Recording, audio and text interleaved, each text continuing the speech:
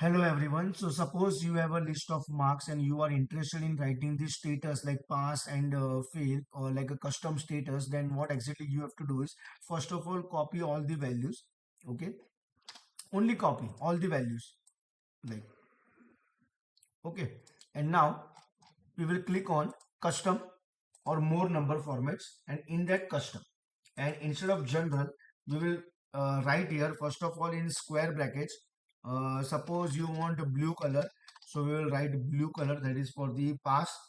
And the condition we will write less than sorry greater than equal to 40. That is the condition which we will write. And suppose you want this tick mark, okay, over here, then first of all copy this. We'll write that update afterwards actually. Then double quotation and your message, that for example pass. Okay. And then again obviously you have to write one more condition for fail. So it will be for example red color. Okay. And condition will be less than 40, not equal to actually. And fail, fail. Okay.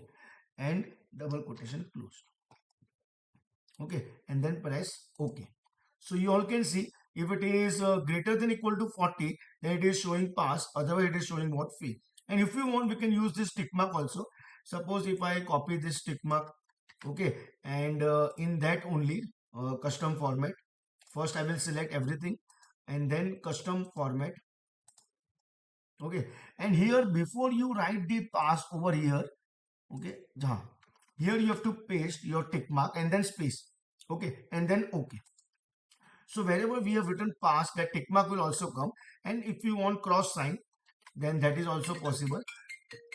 That is also possible. First of all, we will select this full section and more number formats.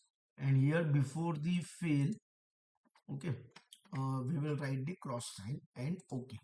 So now you all can see it is cross and fail, and right tick and what pass. If the value less than 40, then fail, and it is greater than 40, then obviously it is what pass. Thank you everyone.